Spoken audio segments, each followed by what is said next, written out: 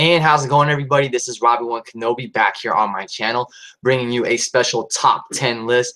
And this top 10 list is in honor of the fact that NXT TakeOver Brooklyn 3 is live next Saturday night on the WWE Network. So I thought, why not come up with a special top 10 list of NXT TakeOver hidden gems? You know, with NXT TakeOver, obviously, when you think of NXT TakeOver, you think of classic matches like Shinsuke Nakamura versus Sami Zayn, Sasha Banks versus Bayley, and so forth.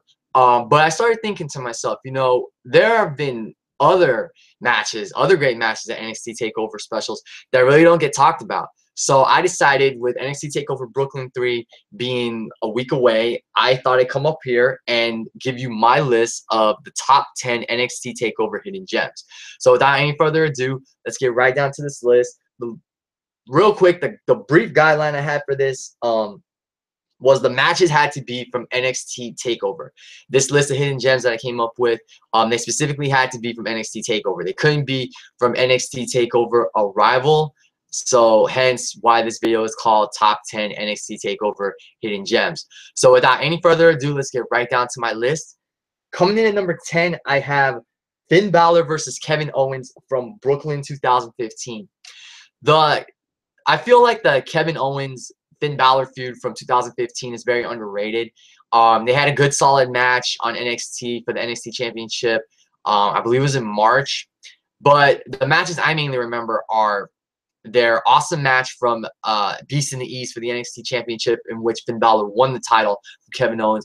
And this match right here at NXT TakeOver Brooklyn. Now, I said this in my initial TakeOver Brooklyn review, that Balor and Owens had a lot to follow following, you know, the incredible match Sasha and Bayley put on for the NXT Women's Championship prior. So I felt this match was a great ladder match, and it was more of a methodical ladder match. They did use the ladder. It had a little bit of a slow pace, but they didn't go over the top with spots. The spots they did do meant something. I felt this was a great match, and it was a great finale to, like I said, the heavily underrated Finn Balor Kevin Owens feud.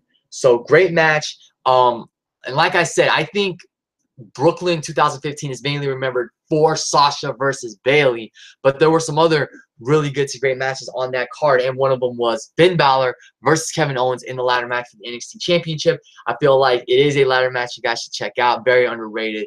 Like I said, I like the pacing of it. It was more of a methodical ladder match, but a great match that went to show how underrated the Owens and Balor feud was in 2015 and in NXT in general. Coming in at number 9, I have from NXT TakeOver Fatal 4-Way, Charlotte versus Bayley. This is the match that made me a Bayley fan, that made me a believer in Bayley. Of course, she, going into this match, had the hugger gimmick. She was the lovable hugger. She was a little bit of an underdog. And that underdog status really came out in this match against Charlotte. And I'm going to say something. This match really made me believe that the women in WWE and NXT could have good to great matches. You know, of course, before this, we had Trish Stratus versus Mickie James, really good women's match at WrestleMania 22. We had Trish, Victoria, and Jazz in the triple threat match at WrestleMania 19. The women had good to great matches in the past, but up to here, I just really didn't care much for the women's matches, Divas matches, as they were known back then. And Charlotte and Bayley, in my opinion, made me appreciate women's wrestling a little more. They had a really good match. It told a really good story. Charlotte was the dominant, you know, NXT Women's Champion. Bayley was the underdog, and this match made me believe in Bayley. And to me, I want to say Bayley's coming out party, because it established her as a future women's champion, as a future women's championship contender, and she just went out there and had a really good match with Charlotte. And like I said, it made me appreciate women's wrestling more. I enjoyed the story that these two told. And to me, this was the match that made me a Bayley fan. It showed me that she could be a women's champion. It showed me why she was beloved by the NXT universe. It was a really good match. And, you know, not a lot of people talk about Charlotte and Bayley, because, like, I think when they hear Bayley, they think of her and Sasha right off the bat, because her and Sasha, of course, had that incredible classic at NXT TakeOver Brooklyn, which I just literally mentioned, and they also had the Iron Woman match. And I think people also tend to lean towards Sasha and Charlotte's matches in NXT. They don't really talk much about the match Charlotte had with Bayley, so that's why I feel like this is a hidden gem. Really good match, really good performance from Bayley, and like I said, it made me appreciate women's wrestling more. And this was just one step that the Four Horsewomen NXT took toward revolutionizing women's wrestling. Coming in at number 8, I have another Bayley match. It is Bayley versus Nia Jax from NXT TakeOver London. This was a very interesting match when it was announced because Bayley was, of course, the NXT Women's Champion. Not Sasha Banks, excuse me, Nia Jax had just gotten to NXT. She had just debuted. She was undefeated. They were building her up as a monster. And I was starting to wonder, would Nia Jax actually beat Bayley for the NXT Women's Championship? Or would Bayley actually beat Nia Jax? Because the thing was, I was concerned Nia was going to lose, and she was going to lose her undefeated streak right away. And honestly, undefeated streaks don't always matter. In the case of Asuka, her undefeated streak matters because she has been built as the most dominant NXT Women's Champion. She's been built as the most dominant undefeated champion in quite some time, since maybe Goldberg or even Brock Lesnar back in the day. So this was an interesting match. And yes, Nia Jax did lose, but it didn't really hurt her. This match told a really good story because Bayley was going up against a mountain of a woman in Nia Jax. And Nia Jax was just dominating her early on. She was throwing Bayley around. She was just all over Bayley. And I really enjoyed the storytelling because Bayley had a mountain to climb in Nia Jax. And I just love how Bayley, little by little, she was chopping Nia Jax down. And it made you wonder, would Bayley be able to beat Nia Jax? Would she be able to conquer Nia Jax? And in the end, she did. And honestly, I feel like this is Nia Jax's best match in both NXT and WWE because I can't really recall too many other good to great Nia Jax matches that she's had other than that solid outing she had with Asuka at NXT TakeOver at the end. But Nia Jax and Bayley, really good match, really good storytelling. Loved it. The underdog versus the seemingly unstoppable monster. And like I said, I feel like it was Nia Jax's best match in NXT, and I feel like it is still her best match in just WWE in general. Coming in at number 7, I have one more Bayley match. It is from NXT TakeOver Rival, and it was the Four Horsewomen Fatal 4-Way. Charlotte versus Bayley versus Sasha Banks versus Becky Lynch for the NXT Women's Championship. This, to me, really solidified how great women's wrestling was in NXT. This was another big step for the Four Horsewomen of NXT as they went out there and had this awesome Fatal 4-Way match for Charlotte's championship. And this is also the match that really made me a fan of Becky Lynch because I had seen Becky prior to this Fatal 4-Way, and I feel like in this match she showed me that she could be a future NXT Women's Champion. All the women went out there and they just killed it. They all did their thing. I remember Becky Lynch dumping Sasha Banks on her head with that exploder, that T-bone suplex. All the women went out there, they killed it, and they once again showed why the NXT Women's Division was such a strong division and why it was so superior to the Divas division on the main roster. So this was a great match. Of course, it saw Sasha Banks win the NXT Women's Championship when she beat Charlotte. She beat the champion in this match. Because remember, champion doesn't have to be pinned to lose her title in a Fatal 4-Way, Fatal 5-Way, Triple Threat, 6-Way, you name it. So, great match. Another stamp in the book for the Four Horsewomen of NXT. And like I said, it further made me a Bayley fan, and it made me more of a fan of Becky Lynch because it showed me that she could indeed be a future NXT Women's Champion. All the women looked strong in this match, and again, it just went to show why the NXT Women's Division was just so dominant and so superior to the Divas division on the main roster. And again, it made me appreciate women's wrestling more. Coming in at number 6 is the most recent match on this list from an NXT TakeOver special. From NXT TakeOver The End, Shinsuke Nakamura versus Austin Aries. With Austin Aries having recently been released from WWE, you know, looking back at his run in both NXT and the main roster, he didn't really have that many great matches. But this is, in my opinion, probably the best match he had in the company in general. Him and Shinsuke Nakamura in what was just an awesome match, great match, that I honestly feel like will become a hidden gem. Like, years from now, this is going to be a hidden gem. I'm already considering a hidden gem, but years from now, I'm gonna ask people, do you guys remember when Shinsuke Nakamura went one-on-one with Austin Aries? Because I think a lot of people remember Nakamura's classic with Zayn, his battles with Samoa Joe, and even though they weren't the best battles during Nakamura's NXT run, he did have two good to very good matches with Bobby Roode. And, of course, Nakamura had a hell of a match with Finn Balor. I don't think a lot of people talk about this match. And like I said, with Austin Aries having recently left, been released by WWE, you know, I feel like this was his best match in just the company in general. Had a hell of a match with Shinsuke Nakamura.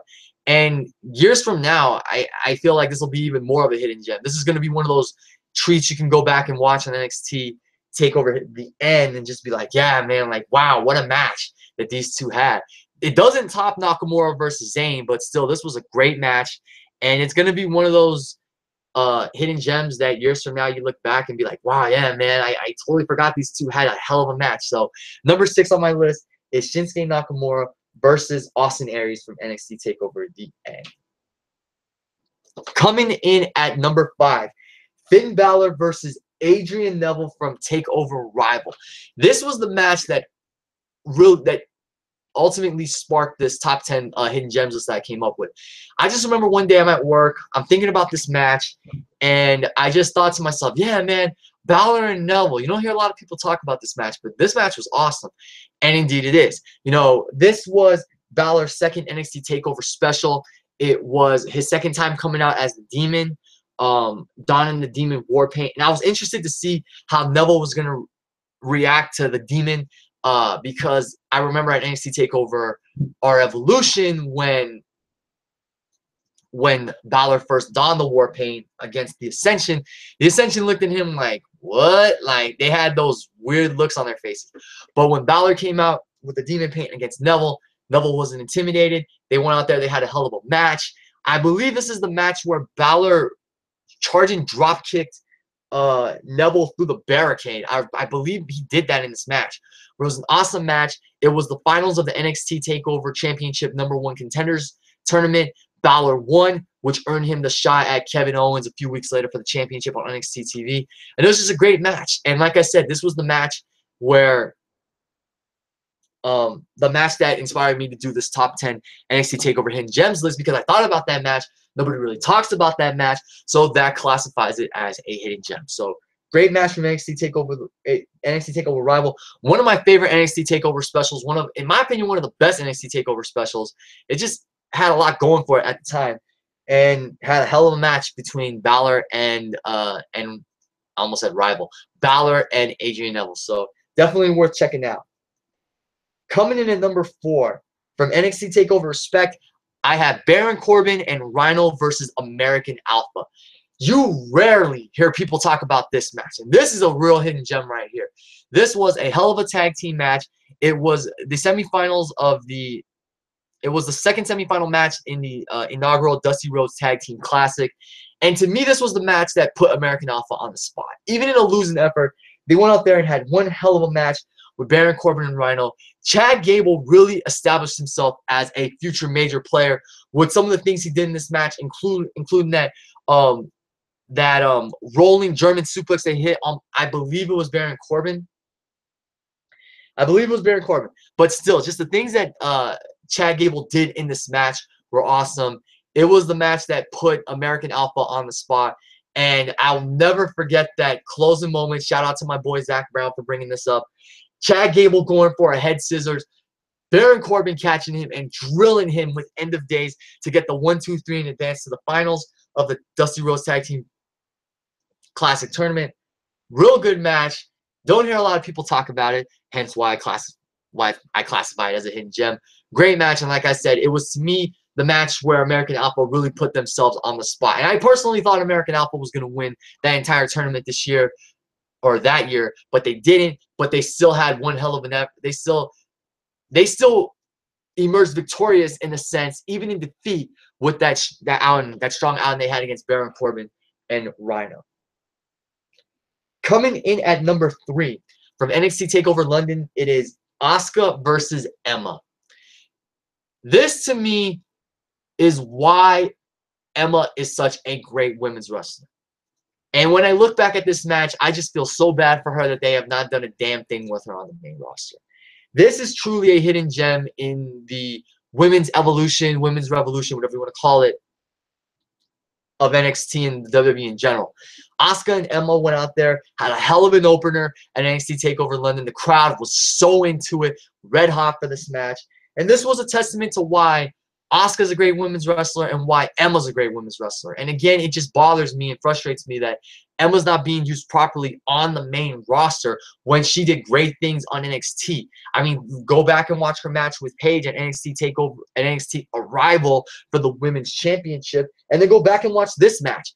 Evil Emma, badass Emma, did great things when she returned to NXT, and this match with Asuka was one of them. And again, like I said, it's a testament to how great of a women's wrestler Emma is. And this was one of Emma's last matches before she returned to the main roster, and before Dana Brooke got called up. And when this went down, I personally thought Emma and Dana Brooke were going to split, and we were going to see an Emma-Dana Brooke feud before Emma got called up to the main roster. But a really good women's match, a really good opener in NXT TakeOver history. Crowd was lit for this, and it just goes to show why NXT once again has a strong women's division and why Emma should be booked better. Hashtag give Emma a chance. I remember there was hashtag give Divas a chance. Then I came up with hashtag give Tyler a chance. When I wanted Tyler Breeze to get pushed to the main event spot and become an NXT champion. Now I want hashtag give Emma a chance to trend because she does deserve a chance on the main roster and they're not utilizing her properly. And in my opinion, this match is a testament to why she's a great women's wrestler. So number 3 is Asuka versus Emma from NXT TakeOver London. Coming in at number 2 from NXT TakeOver Respect, Apollo Crews versus Tyler Breeze. In my opinion, this was the second best match of the night at NXT TakeOver Respect. And no one talks about this match. And, you know, for the short run that Apollo Crews had on NXT, I think this was his best match during his run in NXT. He had a hell of a match with Tyler Breeze. This was shortly before Tyler Breeze left NXT to start his run on the main roster. These guys had a hell of a match. I really don't remember what their feud was over, what this feud was all about. I forgot if, like, Tyler Breeze called Apollo Crews an uggo, if they had an altercation or something. But this was a great match. I remember there was one point in the match where Tyler Breeze, he locked in the sharpshooter. He countered Apollo Crews' standing moonsault and rolled him up. I seriously thought, because of how fast that transition was and everything, that Apollo Crews was going to lose to Tyler Breeze. Great match. Great action. Does not even get talked about. So that's why it's ranked high on my list. It's a match you should definitely go back and check out. One of Apollo Crews' well, quite frankly, his best match in NXT. A great match for Tyler Breeze as well. And this is just the definition of a hidden gem because you don't hear a lot of people talk about this match. And I thought for the 10 minutes that they had, 9, 10, 11 minutes, whatever they put on a great match. It was an exciting match. Tyler Breeze showed some great offense. You know, and this is where Apollo Crews debuted that spinning sit-out powerbomb that he uses as his finisher. So, great match. Definitely worth checking out on the WWE Network. And coming in at number 1, and this pick is probably going to surprise a lot of people, but just hear me out. You'll hear why I think this is a hidden gem. Number 1, from NXT TakeOver Unstoppable, Sasha Banks versus Becky Lynch. A fantastic women's wrestling match. Another great chapter for the 4 horsewomen of NXT. And why I rank this number 1 is because when you think of Sasha Banks, like I said earlier, you think of her versus Bayley from TakeOver Brooklyn, her versus Bayley from TakeOver Respect, and the series of matches she had with Charlotte at TakeOver Revolution and on NXT TV. Not a lot of people talk about the match that she had with Becky Lynch. A great match. It further solidified Sasha as one of the best women's wrestlers on NXT, as one of the best NXT women's champions. And this was Becky Lynch's coming out party. Rival was the match where Becky Lynch proved she could be a future women's champion, a future women's championship contender. Unstoppable was her breakout moment. That was when she had her coming out party, and that was when, oh yeah, this one's going to be money one day. She's going to be an NXT Women's Champion. That solidified my belief that Becky Lynch could be a great women's wrestler. And she is a great women's wrestler.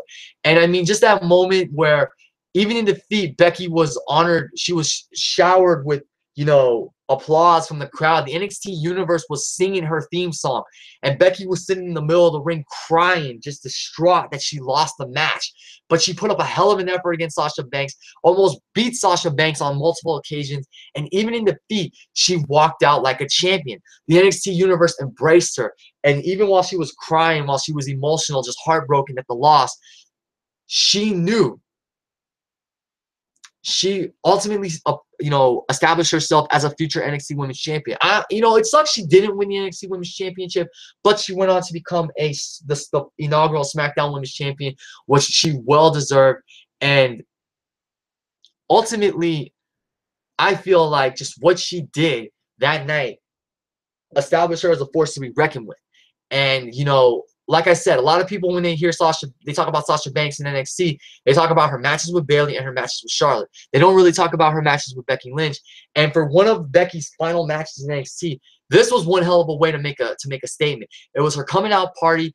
It was before Balor and Owens, before Bayley and Sasha had their classic. It was my pick for my pick for match of the year. And then Balor and Owens did their thing at Beast in the East. And then ultimately, of course, Sasha and Bayley had that classic for the NXT Women's Championship. But it's one of my favorite matches from NXT TakeOver. It's one of my favorite Sasha matches, one of my favorite Becky matches. And in my opinion, it is the #1 hidden gem from any NXT TakeOver special. So real quick, guys, since I'm doing this live, I'm looking at some of the comments. Thank you to John15HD and Sir Darko III for your comments. John mentioned Sami Zayn versus Cesaro. I have not seen their matches, but I do know they were classic matches. John also mentioned Nia Jax versus Bayley, so he most likely agrees that was an NXT TakeOver hidden gem. And then Sir Darko III asked, do you think Bate versus Dunn is better than Sami versus Shinsuke? I do think it is slightly better than Sami versus Shinsuke. Sami versus Shinsuke was an incredible match, do not get me wrong. But Bate versus Dunn was on another level, in my opinion. That was just beautiful. It was just, the wrestling in that match was awesome. The near falls were insane. The crowd was heavily into it. It was just an incredible display of wrestling from these two proud British athletes. So I love Nakamura and Zayn, don't get me wrong.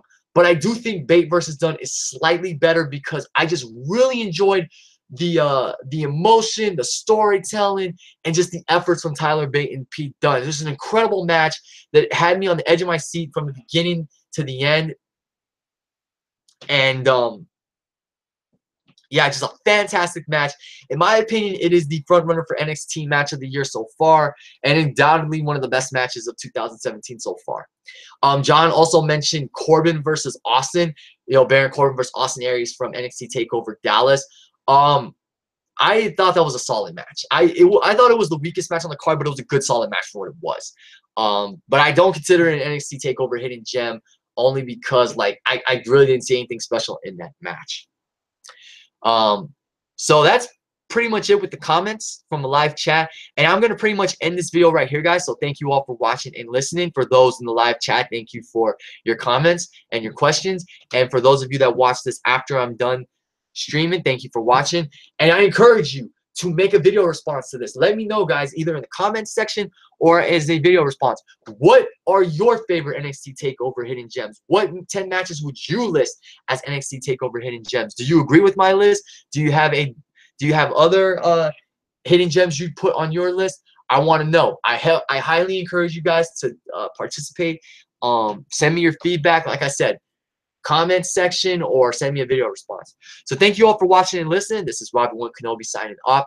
Make sure to check out tomorrow. I have another live stream I'm going to be doing with my good friend Daniel Gaiza that is simply titled One More Match. What does that mean? You'll just have to tune in and find out. But make sure to check out our live stream tomorrow. We're going to be going live around 3:30 Pacific Standard Time, 6:30 Eastern Standard Time. So definitely make sure to check that out. But in any event, guys, this is Robert Kenobi signing off. Thank you all for watching and listening. Have a nice evening. Enjoy the rest of your weekend. And I will see you guys later. Thank you for watching.